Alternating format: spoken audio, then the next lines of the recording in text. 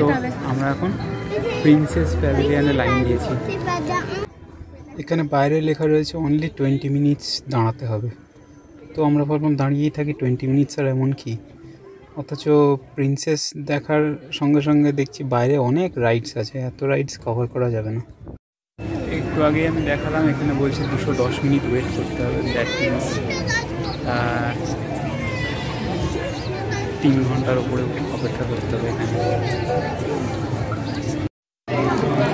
তো এখন আমরা প্রিন্সেস প্যাভিলিয়নের ভেতরে বলেছিল 210 মিনিট, কিন্তু বললো বাইরে দাঁড়াতে 10 মিনিট, আর ভেতরে লাইনটা হচ্ছে 200 মিনিট। 200 মিনিট মানে হচ্ছে 3 ঘন্টা এখানে ভেতরে দাঁড়াতে হবে প্রিন্সেস মিট করার জন্য। আমরা ভেতরে ঢুকে পড়েছি, but we can always go out. লাস্টে আমরা ডিসাইড করলাম একদিনের জন্য ডিজনিল্যান্ডে এসে 3 ঘন্টা ধরে প্রিন্সেস দেখার জন্য দাঁড়াতে পারবো না, তাই চললাম আমরা। এখন আমরা next destination meet the Mickey সেখানে এসেছি, কারণ সেখানে 45 মিনিট লাইন দেখাচ্ছে ওভারঅল, তাই জন্য এখানে চলে এসেছি। এখানে বাচ্চাদের জন্য মিকি মাউসের চালিয়ে দিয়েছে কার্টুন, যাতে বাচ্চারা বোর না হয়। আমরা ফাইনালি এখন মিকি মাউসকে দেখার জন্য ঢুকে পড়েছি 40 মিনিটস লাইনে ওয়েট করার পরে। এখনও ঢুকিনি, এখনও ওয়েট করে আছি। আমরা এখনও ঢুকিনি, কিন্তু বাইরের থেকে ভিডিও করছি ভেতরে যারা ছবি তুলছে তাদের জন্য, অনেকটা এইরকম।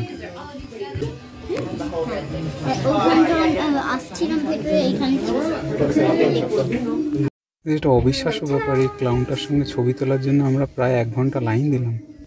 তো আমাদের হয়ে গেল এখন মিকি মাউসের সঙ্গে ছবি তোলা। আমরা একটা ফটো পাসের জন্য অপেক্ষা করে আছি। ফটো পাস অবভিয়াসলি পয়সা দিয়ে কিনতে হবে, কিন্তু এখানে প্রফেশনাল ফটোগ্রাফার ছবি তুলে দিয়েছে, সেইগুলোর জন্য আমরা অপেক্ষা করে আছি। ফাইনালি আমরা বেরোলাম মিকি মাউসের জায়গা থেকে, মিকি মাউসের সঙ্গে ছবি তুলে বেরোলাম। এখন আমরা ফাইনালি কিছু একটা মনে হচ্ছে একটা কিছু করেছি। হ্যাঁ, অটোগ্রাফ।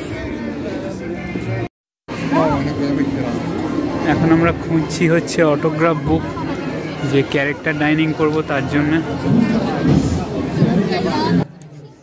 ক্যারেক্টার ডাইনিং কিছুই না, যখন ডিনার করব তখন ডিজনি সব ক্যারেক্টার সেজে আসবে, দিয়ে হ্যান্ডশেক করবে বাচ্চাদের সঙ্গে।